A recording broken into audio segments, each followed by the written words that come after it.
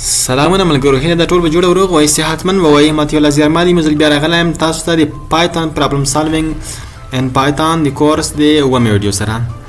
نو په دې ویډیو کې به موږ تاسو په یو بل پرابلم باندې کار کوو. هغه داسې پرابلم دی چې د ضرب ضربانې پیدا کول دی. مطلب یو عدد موږ ورکوو، د هغې اړونده ضرب ضربانې تر لاسو پورې موږ هغه عدد چې په خپل مطلب په نمبرو کې ضرب کړی وي، ضرب ضربانې چې موږ ورته وایو، هغه موږ څنګه یعنې پیدا کولی شو په پایتون کې.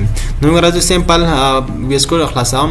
کله مې چې ویس کوډ اوپن کړو نو موږ تاسو یو ما تر مخ یو الګوریتم لیکلی دی لپاره چې موږ به د یوزر څخه ان نمبر خلو، مطلب هر کوم نمبر چې ته غواړې ته اخیسته شي د یوزر څخه، نو دغه به د لوپ په ترو باندې د یو څخه تر لاسو پورې لاړ شي.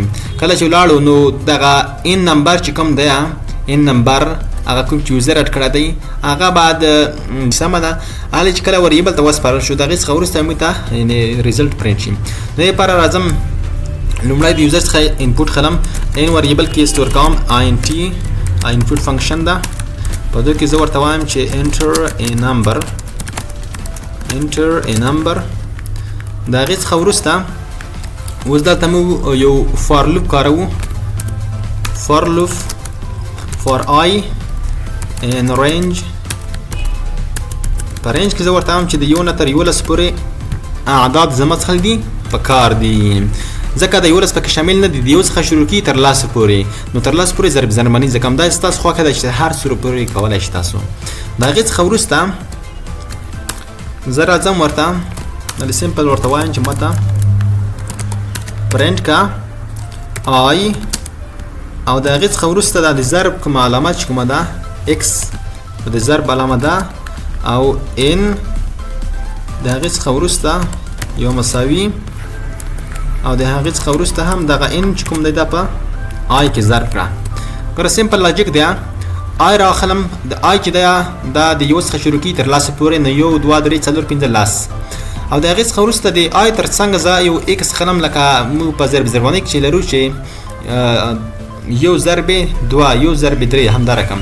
نو دا ایکس د ضرب علامه په شکل باندې دلته زه لیکم، او د هغې څخه وروسته ان هغه نمبر چې کوم یوزر اډ کړی دی هغه راځي په ان کې ذخیره کېږي.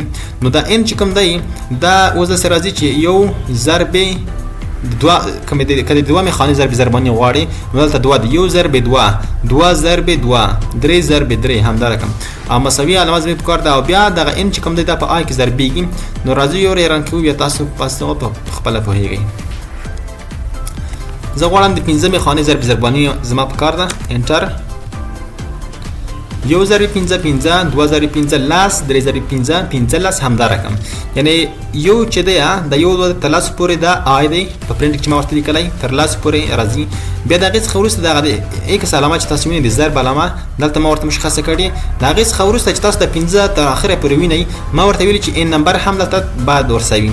د هغې څخه وروسته مساوي علامه ماته کېده تر اخره پورې، او د هغې څخه وروسته دغه ان چې کوم دی د 15 دا په آی کې ضربوه، 15 په 2 کې ضربوه، هغه په خپله تر لاس پورې ځي. نو دغه ثابت دی 15، نو 15 په 3 کې، 15 په 4 کې، 15 په 5 کې تر اخره ضربېږي، او موږ ته هغه زموږ د ټوله نتیجه راکوي. تر لاس پورې پرنټ کړی دی. نو دا یو سمپل پرابلم و، حل مو کو.